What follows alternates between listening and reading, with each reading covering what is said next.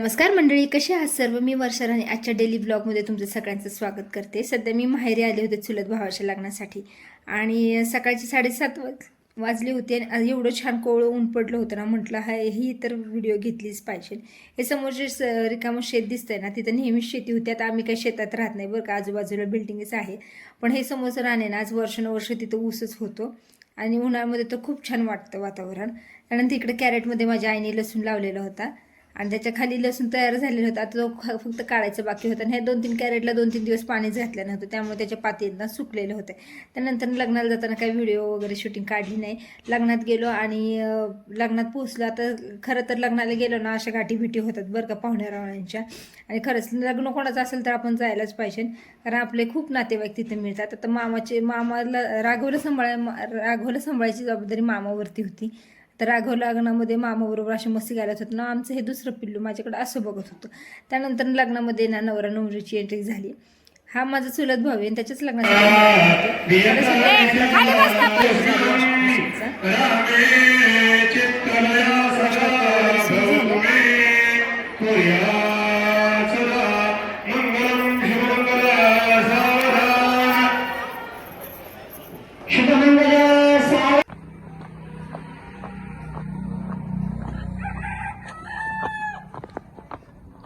त्यानंतर आम्ही जेवण वगैरे केलं आणि आहे ना, माझे चुलते आजारी होते, त्यांना भेटायला गेलो. आता लग्नापासून आहे ना, ते घर जवळच होतं आमचं शेत, त्यामुळे ते चुलता नाही भेटलो ना, आलोय तर म्हटलं चला शेतामध्ये फेरफटका मारावा.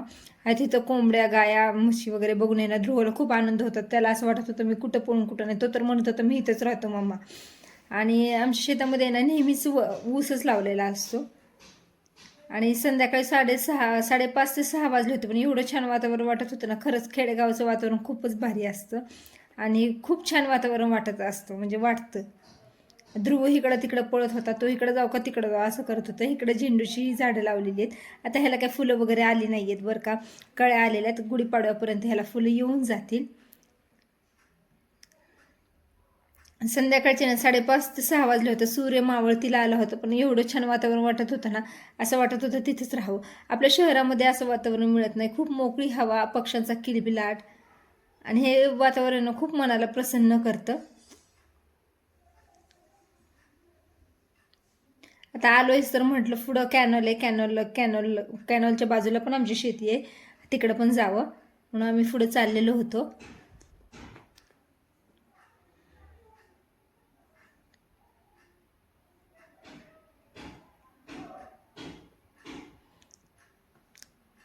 आता ध्रुवाचं तर पळणं चालूच होतं.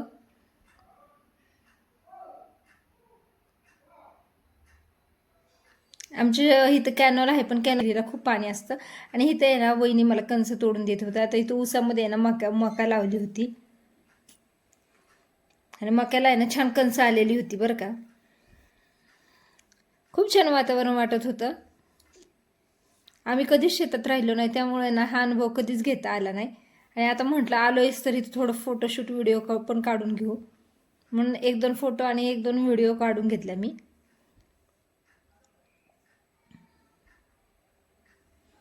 आता आम्ही कधीच शेतात राहिलो नाही, कारण की पप्पांच्या नोकरीमुळे कधीच आम्ही शेतात राहिलो आणि त्यामुळे ना हे वातावरण कधीच अनुभवता आलं नाही बरं का. शहरामध्ये कसा गाड्यांचा गोंगाट हे असतं, हे वातावरण एकदम शुद्ध हवा आणि एकदम शांत वातावरण असतं. हे अनुभवायला मिळत नाही आपल्या शहरा ठिकाणी. त्यानंतर इकडे आंब्याची झाडे, नारळाची झाडे आहेत. आता ह्या आंब्याला ना खूप मोहर आला. ह्या वर्षी ना उन्हाळ्यामध्ये आंब्याला खूप आंबे लागणार आहेत आणि नारळ लागले. त्याच्यावरती आहे ना 2-3 म्हणजे चिमण्यांनी कावळ्यांनी घरटं वगैरे पण केलेली होती बरं का. इथून पुढे गेलं ना की एक कॅनोल आहे. त्या कॅनोलला आहे ना आठवड्यातून म्हणजे एक ठरवलेला वार असतो, त्या दिवशी आहे ना कॅनोलला पाणी सोडलं जातं. आणि कॅनोलला आहे ना असे वाटे आजूबाजूचे शेत आहेत ना, ज्यांना ज्यांना वाट्याने दिलेले नाही का, ज्यांची शेती त्यांना एक दिवस असं ठरवून आहे ना ते कॅनॉलचं पाणी घेत असतात. महिन्यातनं काय साधारण 15 दिवस तिथं कॅनॉलला पाणी असतं. इतर वेळेस ना कॅनॉल रिकामच असतो. आणि हे कुत्रं आहे ना आमच्याबरोबर घरापासून आमच्याबरोबर आलेलं होतं बरं का, त्याच्या एका पायाला लागलेलं होतं. चला, व्हिडिओ आवडल्यास लाईक शेअर सबस्क्राईब करा. बाय.